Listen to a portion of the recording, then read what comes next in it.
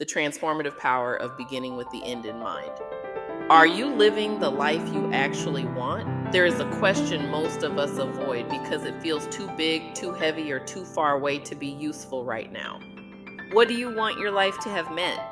Not your job title, not your income or your house or your follower count, not the things you accumulated or the milestones you hit on someone else's timeline, but you, your presence, your impact, your relationships, the way you move through the world. What do you want people to say about who you were? That question has the power to change everything. Not because it is morbid, but because it is clarifying. It cuts straight through the noise of daily urgency and forces an honest reckoning with whether the way you are currently living is actually pointed toward the life you want to have lived. This is the concept Stephen Covey called beginning with the end in mind, and it is one of the most quietly transformative ideas in the conversation about intentional living. In his landmark book, The 7 Habits of Highly Effective People, Covey introduced the idea that everything is created twice, first in the mind, then in reality.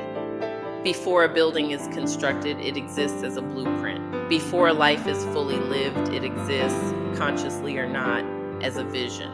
The question is whether you are the one designing that vision or whether you have handed the blueprint to someone else. To your employer, to social media, to the expectations of your family or your culture, to the relentless pull of urgency and distraction. Most of us have never stopped long enough to actually write our own blueprint. We respond to what is in front of us. We chase the next thing. We measure our progress against standards we did not choose. And then we wonder why, even when things look good from the outside, something still feels off. Living with the end in mind is the practice of working backwards from your deepest values and your clearest vision of a meaningful life, and then letting that vision guide the choices you make today. It is not about obsessing over the future. It is about using the future as a compass for the present. The Stoics knew this. Too long before Covey, the Stoic philosophers practiced something called memento mori, a Latin phrase meaning remember that you will die. This was not a pessimistic exercise. It was a clarifying one. The Stoics believed that regularly meditating on the finite nature of life was one of the most powerful tools available for cutting through distraction and living with intention. When you remember that your time is limited, something shifts. The petty grievances lose their grip. The things you have been putting off start to feel more urgent. The relationships you have been neglecting move to the front of your attention. The version of yourself you have been waiting to become, waiting until you are thinner, more financially stable, less busy, more ready, becomes someone you want to meet now. Memento mori is not about fear, it is about clarity. Death is the one certainty every human being shares, and the awareness of it, held lightly and intentionally, has a way of making life feel more precious and more purposeful.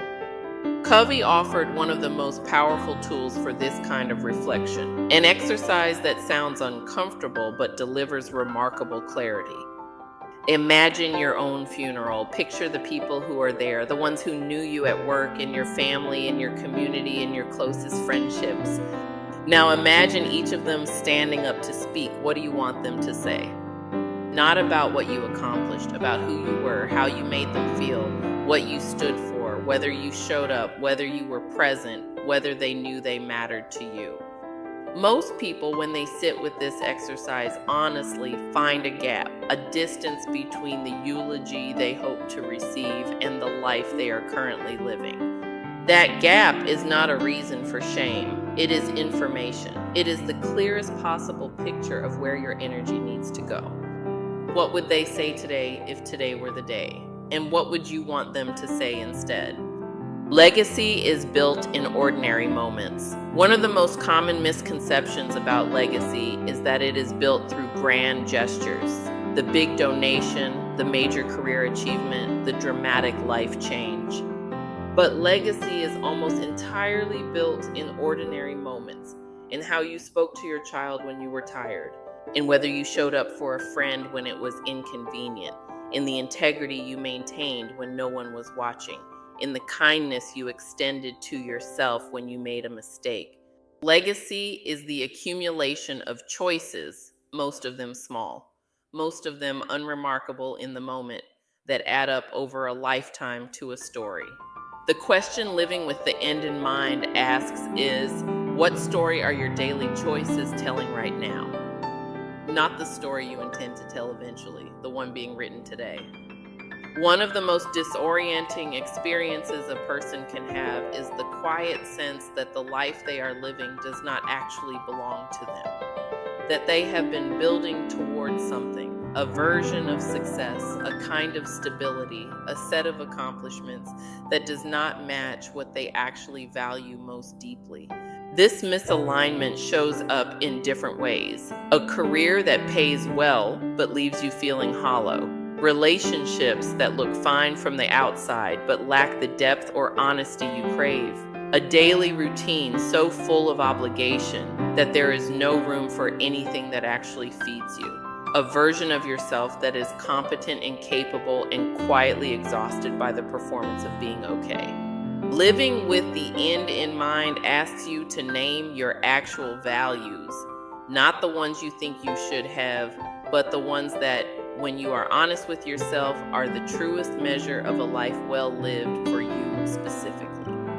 Some questions worth sitting with. What do I want to have prioritized with my time? What relationships do I want to have invested in deeply? What kind of person do I want to have been in hard moments? What do I want to have stood for? What do I want to have let go of sooner? These questions are not comfortable, but they are clarifying. And clarity, even when it is uncomfortable, is always the beginning of change. There is a reason this practice has roots in both ancient philosophy and spiritual tradition across cultures. The invitation to step outside the urgency of the present moment and consider the arc of your life is fundamentally a spiritual one. It asks you to locate yourself in something larger, to consider not just what you are doing, but why. Not just where you are going, but what it will have meant when you arrive.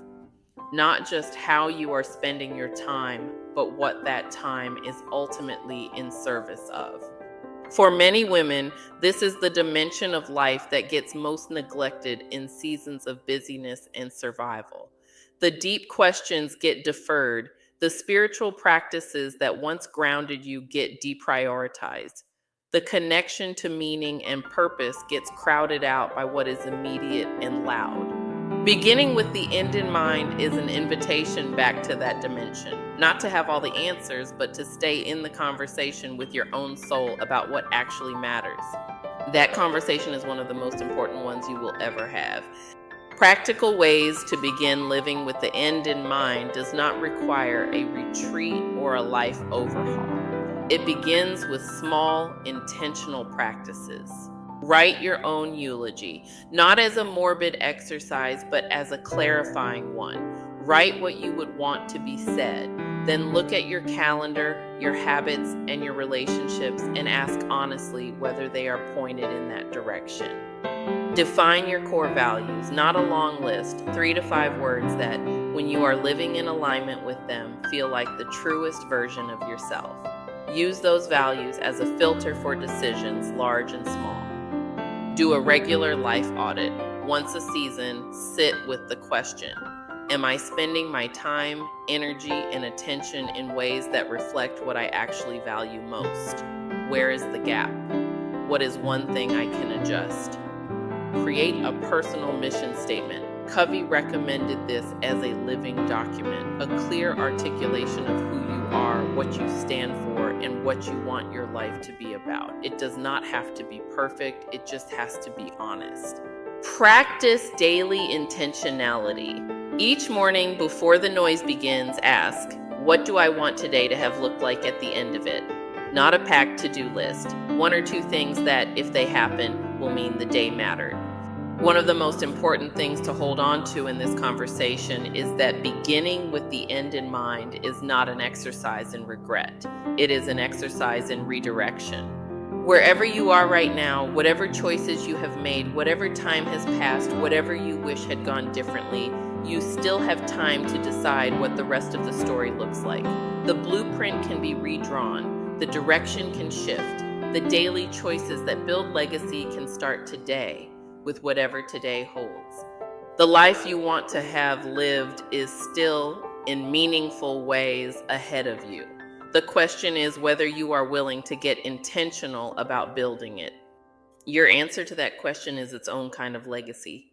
Ready to live more intentionally? The work of aligning your daily life with your deepest values is exactly what the Glow Getter community and the Glow and Flow Holistics 5-pillar framework are designed to support. Inside the community, members get free access to the Burnout Relief Blueprint, which is one of the first steps toward clearing the noise and creating space for the intentional life you actually want.